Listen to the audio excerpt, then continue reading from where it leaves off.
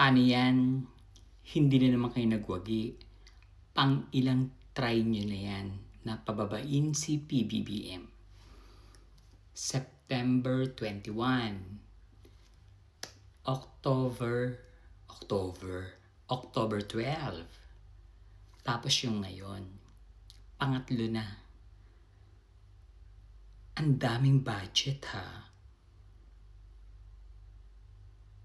So ano ngayon ang pakiramdam, Sarah? Hindi ka pa rin titigil. Ano ang pakiramdam na hindi kumakampi ang mga military sa inyo na kahit anong gawin yung bayad dun sa mga retired militaries, hindi nyo mahikayat sila Browner, sila Nartates, di ba? Kasi tanggapin nyo na ang katotohanan na hindi kayo gusto ng mga nakaupong military ngayon. In fairness, kung si Digong pa yan, baka pumayag pa sila. Pero ikaw, Sarah, para maging presidente, tapos Bratinela, paano mo nalang gagalangin yung mga respetuhin yung mga generals? Baka nga gawin mong utos-utosan pa yan. Ikaw pa.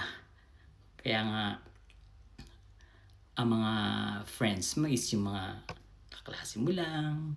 Diba? Kaya nga wala kang partido eh. Kasi hindi ka nila gusto. Yun yung katotohanan. Tanggapin mo na. Tanggapin nyo lang magkakapatid na hindi nyo nakuha ang charm ng inyong tatay na kahit kriminal, may nagmahal. Sabihin natin totoo, may mga nagmahal kay Digong. Pero hindi nyo nakuha yung charm niya. Ama na akla. Di ba napapagod? Ang laki na nagastos nyo kahapon ha. Maraming nagbe-message sa akin na yung mga leader ng parallel group mo na lumilibot ng 2 araw dun sa rally nyo, sa INC rally, ay may mga bitbit na milyones at namimigay ng pera. Kilala ko pa nga yung isa eh. Anak-anakan ko pa nga yata yun. So, hindi rin naging 3 days. Kasi maraming nagalit na INC member dahil hindi ipinaliwanag sa kanila yung totoong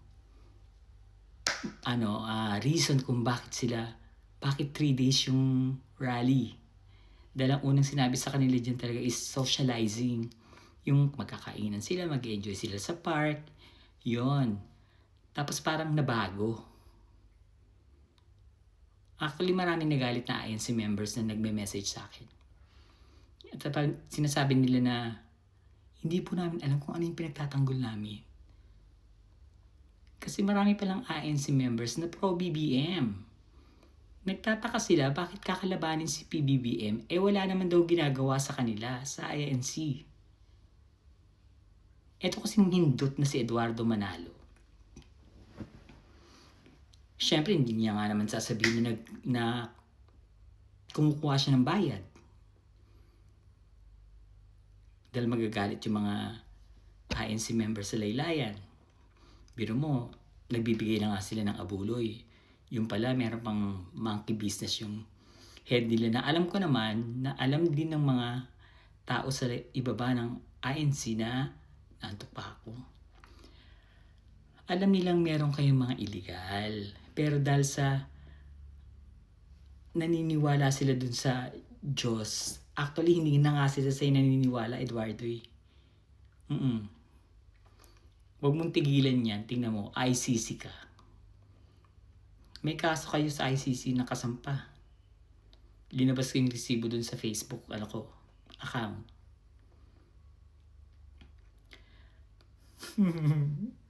Umiyak. Sarah, nakakaiyak no.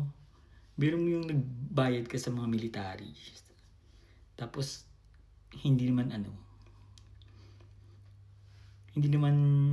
bumaligtad. Tapos nag-celebrate ka na naman. Nung una, nagpalitsyon ka ng baka. Yung pangalawa, nang asar pa kayo. Yung pang ilang year na anniversary ng OBP, may party kayo nun eh. Andun pa si Onanay, si Gloria, saka si yung napatalsik din na presidente, si Erap. Di ba, nag-celebrate na agad kayo noon. Maraming nakakarating sa akin na nagse-celebrate kayo ng gabing yon. Ending na barang. Wala. At hindi napansin ng mga tao na yung rally nyong yun, kaya ka nagmamadaling makaupo. Kasi malapit nang mag-hearing talaga. Malapit nang sentensyahan ang tatay mo. Ngayon, dinidelay ng mga lawyers niya yung hearing. Dahil nga meron kayong sinampa, inano sa ICC na tungkol sa health ng father mo, na baka hindi kaya ng health niya yung mga hearing, ganun churut para makalabas siya at intermittent ano ba tawag dyan? Yung abo ng iuuwi, charot. Yung interim release, ang eksena niyo is Digong is not fit for the hearing kinemi. Ang ilapag English.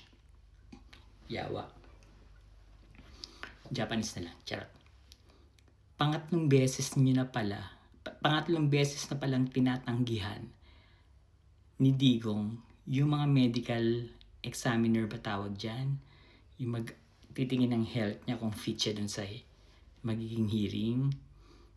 3 times na pala yung kinakancel kasi at kaya ka nagmamadaling mapaupo para bago mag-hearing at kunyari nakaupo ka na, nanalo kayo kahapon, nakaupo ka na, masisave nyo pa si Digong. Kaya nagmamadali kang makaupo. So dahil sa hindi kayo nagwagi kahapon, dahil nagulat kayo sa dami ng pulis, ng mga sumusuporta kay BBM, mga militaries, lahat. Mayroong mga galing probinsya na mga pulis. Hindi kayo nagwagi kahapon. Ngayon, ang chika is yung talagang kailangan ng mawala si BBM. Yun na.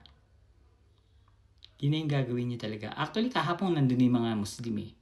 Hindi lang sila makalabas sa sobrang dami ng pulis. Nataranta kayo, no? Ready sila, no? Sabi nga daw ng mga INC, nagulat sila, ba't ang dami daw? Saka walang lugar na pwedeng pagpasukan ng mga mambabato ng mga molotovs, bombs na yan. Ready ang militar kahapon. Nakita niyo yung suporta ng mga militar, yung pagmamahal nila sa presidente. Ang sakit, Sara, no? Yung hindi ka nila gusto.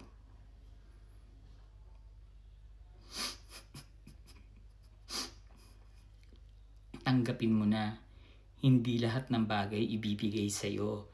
Lalo na kung yung hinihiling mo o yung gusto mong gawin at mapunta sa'yo ay gagamitin mo sa kasamaan.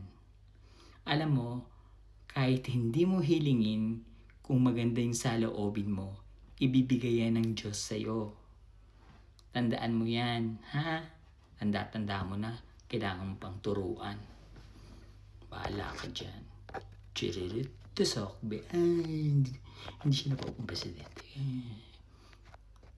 Hindi ka naman matalino, presidente ka.